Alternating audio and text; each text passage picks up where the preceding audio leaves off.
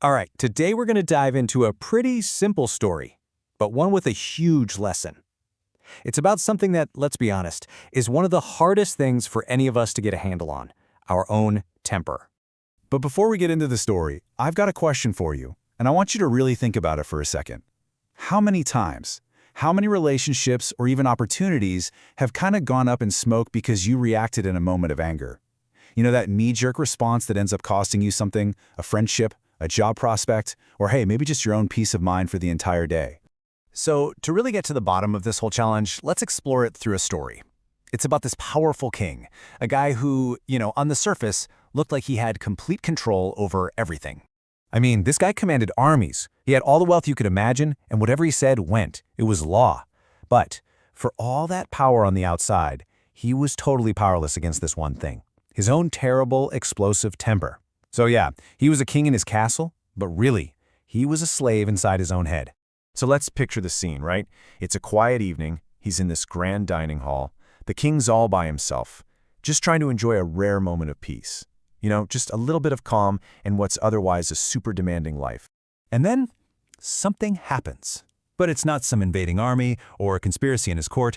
No, it was something so small, so insignificant, you couldn't even really call it an event. Just a single tiny fly buzzed down and landed right smack in the middle of his soup. And just like that, snap, the king's peace didn't just break, it absolutely shattered. It was like a volcano of rage just erupted out of him. He shoots up from his chair, his face all twisted in fury, and he just lets loose on the closest person, an innocent servant who was just standing there completely frozen, having done absolutely nothing wrong. But see, there was somebody else in the room. Someone who saw this whole thing unfold. It was the king's childhood teacher, this really wise man who'd known him since he was just a boy. And you know what? He wasn't the least bit intimidated by the king's crown or his temper. So after the king's little tantrum was over, and there's just this heavy, tense silence in the room, the teacher speaks up. And what he says is really the whole point of this story. He says something like, "Your Highness, that little fly, it had no power to destroy your peace. The only person with that power was you, and you just used it against yourself." Okay, let's pause right there and really dive into this. Because this is the exact moment where the story stops being just a story and becomes a useful tool for all of us. So what does this idea really truly teach us? Well, what it shows us is this huge fundamental truth about our emotions. There is a massive gap, a space, between an external event, the thing that happens to us, and our internal reaction, how we choose to respond to it. Think about it. The fly was just a fly, right? It didn't mean any harm. It had no evil plan. It was just a neutral thing that happened. But all the anger that followed, the shouting, the complete destruction of his own peace and quiet, that was a choice. Now I know, it can feel so automatic, almost like a reflex, but it's still a choice that's usually fueled by what's already going on inside us. Our stress, our ego, maybe we're just plain exhausted. Nowadays, we'd have a name for this. We'd call that fly an emotional trigger. And it's basically anything on the outside, someone cutting you off in traffic, a critical comment from your boss, or a fly in your soup that sets off an immediate and often way over the top emotional response. So here's the million-dollar question, right? The crucial point. It's one thing to know there's a difference between the event and our reaction to it.